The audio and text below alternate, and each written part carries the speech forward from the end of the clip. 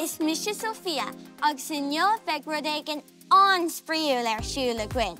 Beg neart fuin of agus brí ag tastáilút an bhfuil tú réig Déan Damhsa. Tá trí céim a bhaineann leis an Damhsa seo. Féach. Céim ibre hé.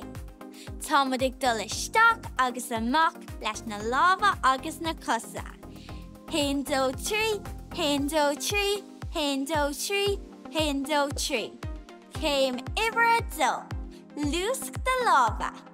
Haon dó trí, haon dó trí.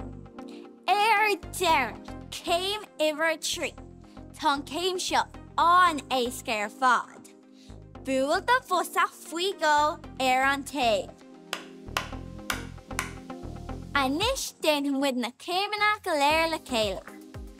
Haon dó trí, haon dó trí, haon dó trí, haon dó trí, haon dó trí, haon dó trí, haon dó, haon dó. Maithú anis chuir muid na céimena leis an gceol. An bhfuil tú réig. Liom! Go!